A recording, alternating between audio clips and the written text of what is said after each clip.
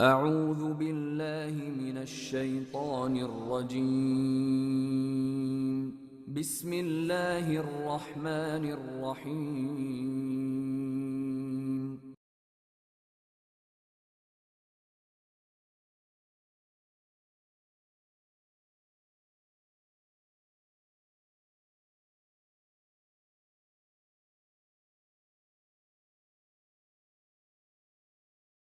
الحمد لله رب العالمين، والصلاة والسلام على سيدنا وعظيمنا وحبيب قلوبنا وشفيع نفوسنا أبي القاسم محمد. اللهم صل على محمد وآل محمد وعلى أهل بيته الطيبين الطاهرين وأصحابه الغر الميامين. الحمد لله الذي جعلنا من المتمسكين بولاية سيدي ومولاي علي بن أبي طالب. اللهم صل على محمد وآل محمد. الحمد لله الذي هدانا لهذا وما كنا لنهتدي لولا أن هدانا الله. أما بعد، يقول الله في كتابه الكريم: بسم الله الرحمن الرحيم. وما من دابة في الأرض إلا على الله رزقها. The first of our salawat in honor of Rasulullah Muhammad sallallahu alayhi wa alihi wa sallam.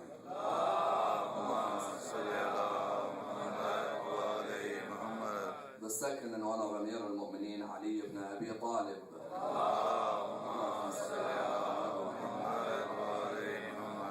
The third with your loudest voices in honor of the Imam of our time, Imam Sahib al-Asr wal-Zaman.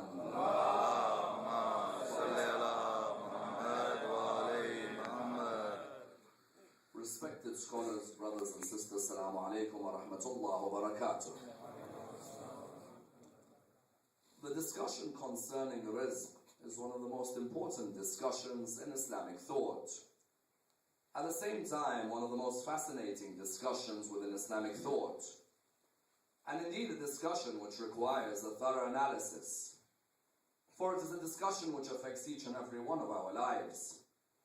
A discussion from which many a lesson may be learned and many an example may be derived. And indeed a discussion with a historical basis and a contemporary significance.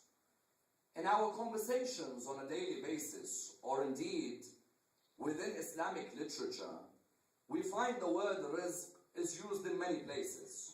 As in many times within your own communities or within your own gatherings, you'll always hear the word rizq or its derivatives. Sometimes someone may say to you, for example, may Allah increase your rizq. Sometimes someone may say to you, may Allah bless you with more rizq.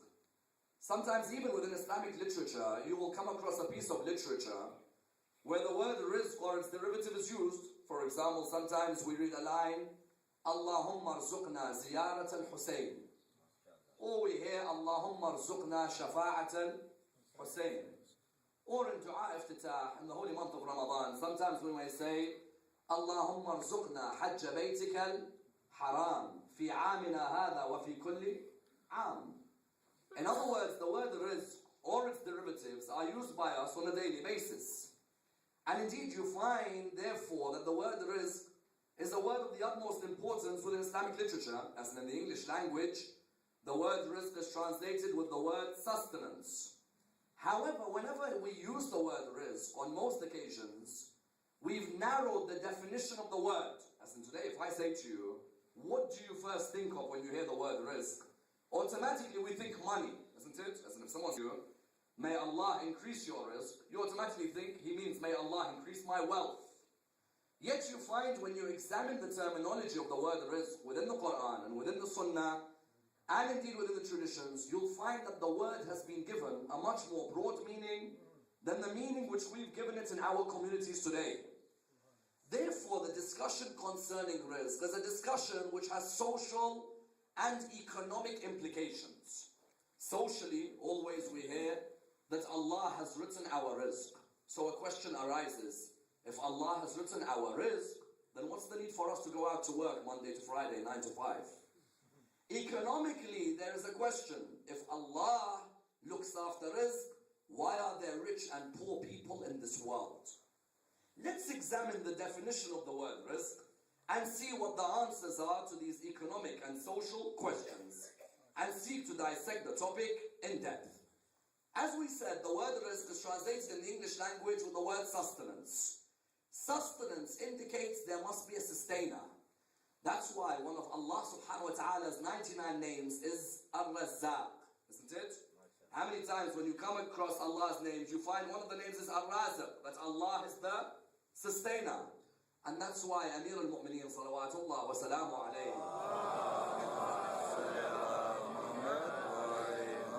quite beautifully highlights to us, behind every sustenance there is a sustainer. Where? In his munajat, which we recite in the holy month of Ramadan. In the munajat, what does the Imam say? He says, Mawlaya ya Mawlaya, Anta al-Jawadu, wa ana al-Bakhil, wa hal yarhamu al-Bakhil illa al-Jawad. My master, oh my master, you are the generous, and I am the stingy. Who is there for the stingy, except the generous? Mawlaya ya Mawlaya, Anta al-Qawiyu, wa ana al-Dha'if, wa hal yarhamu al-Dha'if illa al-Qawi. My master, oh my master, you are the strong, and I am the weak. Who is there for the weak, except the strong? Then he says, Mawlaya ya Mawlaya, Anta al-Raziqu wa ana al-Marzuq. وَهَلْ يَرْحَمُ الْمَرْزُوقِ إِلَّا الرَّازِقِ. My master, oh my master, you are the sustainer, and I am the sustained. Who is there for the sustained except the sustainer? Ali ibn Abi Talib here, what does he highlight? Ali ibn Abi Talib highlights, behind every sustenance, there is a sustainer. And this was a lesson which was taught where? This was a lesson which was taught to two prophets of God. That there isn't a creation on this earth, but that Allah looks after its rizq. The first of these prophets who was taught this lesson was who? Prophet Sulaiman alayhi salam. In the Quran, there are certain chapters which are named after animals. So for example, Surah Al-Baqarah is named after a cow. Surah Al-An'am is named after cattle. Surah Al-Fil is named after an elephant. One of the surahs in the Quran is called Surah Al-Naml, isn't it? There's a chapter in the Quran called Surah Al-Naml.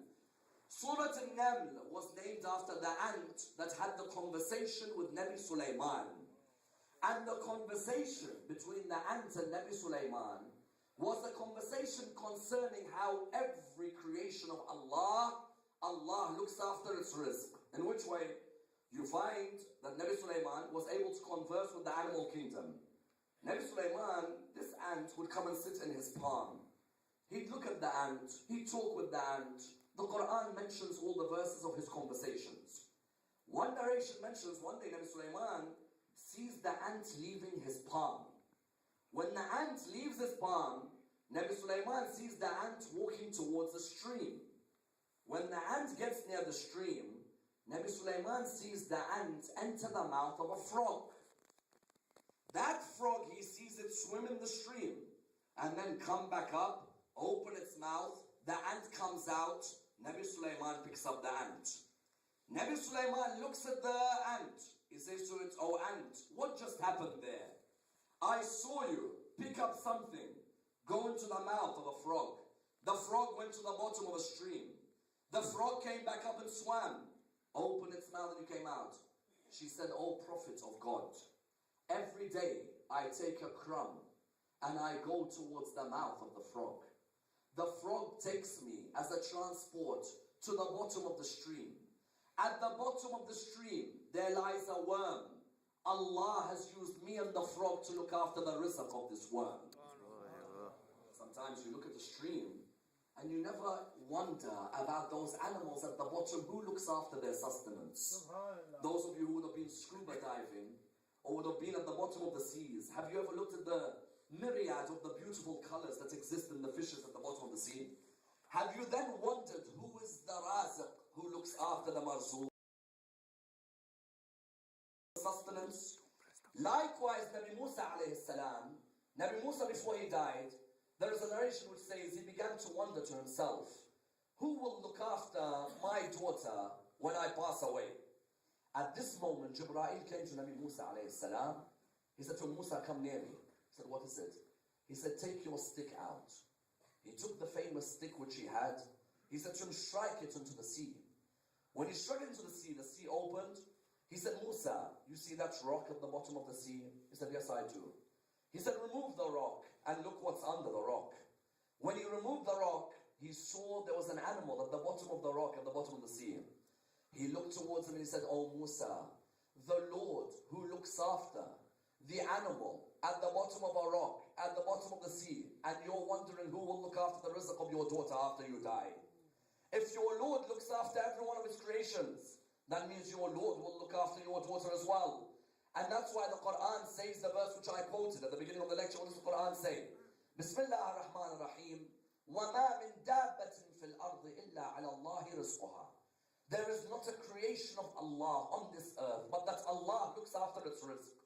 Sometimes we as human beings don't reflect on the fact that there's an animal kingdom, there's a plant kingdom, there's a universe, there's a solar system, there's celestial bodies.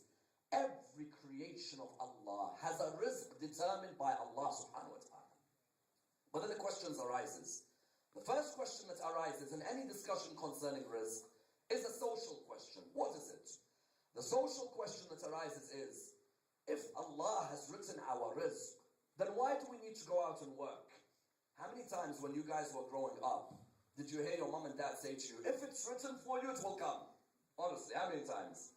If your rizq is written on this thing, it will come. Do not worry. When we hear this throughout our youth, and when we get into old age, we ask ourselves the question, and many have asked this question, that socially, if Allah has written my rizq, then why do I need to go out and work? At the end of the day, Allah has written my rizq. Whatever's going to come to me will come. Would you believe this affected even some of the greatest people? Imam al-Sadiq, salawatullah wa salamu alayhi. Imam al-Sadiq says, I was walking through the market one day. I had a companion by the name of Ammar ibn Muslim. This Ammar ibn Muslim used to have a market stall. Imam al-Sadiq says, when I went past Ammar ibn Muslim's market stall, he wasn't there. So I saw Ali ibn Abdul Aziz. When I saw Ali ibn Abdul Aziz, I said to him, Ali, where is Ammar ibn Muslim? He said, oh Imam, haven't you heard? He said, no. He said, Ammar ibn Muslim has become of the muttaqeen. He doesn't work anymore. He said, so what do you mean doesn't work? He said, yes, he's become a muttaqi. He's become of the people of taqwa. He stopped working. He said, but I don't understand. What does stopping work have to do with taqwa? He said, because the Quran says, وَمَنْ يَتَّقِ اللَّهِ يَجْعَلْ لَهُ مَخْرَجًا وَيَرْزُقْهُ مِنْ حَيْثُ لَا يَحْتَسِبُ. Whoever has taqwa of Allah, yes, Allah will open all the doors for him, and He'll give him rizq from which he can't imagine. So, Ammar bin Muslim has said, the Quran says, if you have taqwa of Allah, it's better for me not to work. I'll fast in the daytime. I'll pray in the night. Allah will give me an unbelievable amount of rizq. Imam al-Sadiq looked at him and he smiled. He said, Subhanallah, how history repeats itself. So what do you mean? He said, when this verse was revealed in the time of Rasulullah, the Sahaba did exactly the same thing. Rasulullah, one day, Imam al-Sadiq narrates, was walking in the market. None of the Sahaba came to work. Rasulullah asked, where is my companions? Listen to me, Ya Rasulullah, have you not heard? Your companions have all become muttaqeen. He said, what do you mean they become muttaqeen? He said, the Quran says, whoever has taqwa of Allah, Allah will open for him doors from which he can't imagine, and He'll provide him with the greatest of rizq. So Rasulullah looked and he said, so what are they trying to do? He said, they've decided, all of them, there's no need to work. Allah will give them rizq if they fast in the day and they pray in the night. Rasulullah said, you have the wrong interpretation of this verse. They said to him, then what's the interpretation, Ya Rasulullah? He said, the interpretation is whoever has taqwa of Allah, conscious of Allah's presence, and uses the faculties Allah has given them as a blessing, then Allah will give them rizq from which they can't imagine. What do we mean? We mean in Islam there is no excuse for a person to say, I can't go out and earn a living. Those people, what were they trying to say? They were trying to say, Allah's written my rizq, why should I go out and earn? No. Rasulullah said, when the verse said, وَمَن يَتَّقِ اللَّهَ يَجْعَلْ لَهُ مَخْرَجًا, it meant whoever has taqwa of Allah and uses the gifts Allah has given them. And then Allah will provide them with a rizq they can't imagine, as in each one of us in this hall. All around the world, Allah has given us a gift where we are able to earn a living, isn't it? There are some people, they earn a living because of the greatness of their feet. Football players, how do they earn their rizq? Allah gave them a gift with their feet. You look at people like Steven Gerrard, Luis Suarez, people like this. You find that these are players, Allah gave them their rizq through what? Through their feet. Then there are those Allah gave rizq with their hands. As an eye.